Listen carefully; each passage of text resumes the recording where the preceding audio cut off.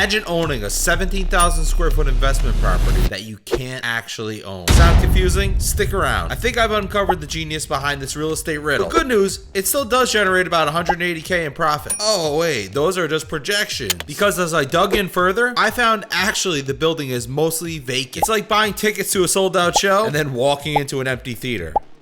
But the offering memorandum lays out a plan to get the building back into the black, which off the bat sounds promising. Lease up 50% first year, 25% after that, remainder year 3. Seems reasonable enough, right? Wrong! Alright, so right off the bat, 2/3 of this building are office space, and the office market is softer than pudding. Doesn't matter where you go. So unless you have top of the line Class A space, or are willing to give a crazy, amazing deal, it's gonna continue to sit. And about that amazing deal, they project $20 per square foot for rent. But rent comps show nicer buildings asking less rent.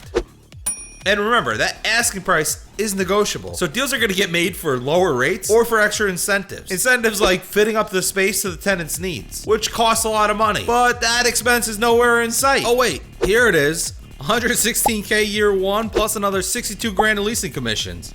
Nuts! Luckily, the building isn't all office space. The first floor is retail. Well, kinda. This is really just first floor office. Sure, somebody could set up like a boutique in there, but Wingstop ain't hanging up their sign anytime soon. Hate to break it to you. And oh yeah, 180 G's? That doesn't include mortgage. Oh, did I mention we can't get a mortgage? At least not a traditional, because this deal doesn't include land. We have to lease that. And while I was pulling out my hair, thinking of how stupid this whole thing is, I actually realized that it might be smarter than I thought. Now, don't listen to me, a loser who gets their tax advice at Jackson Hewitt. Ask a CPA, like the broker of this deal. We know land doesn't depreciate, but buildings do, which is what we're buying. And rent is taxed as income, but we take a loss on rental income from day 1. So is that the whole play of this deal? A giant write-off? Now, even if that is the case, this deal still sounds moronic. You want to toss away a bunch of money and get a write-off, give it to charity. In the end, you're still subject to the lease, and when that lease is up, the building that you paid for goes back to the landlord for free. Stupid. I don't know. Let me know in the comments what you think.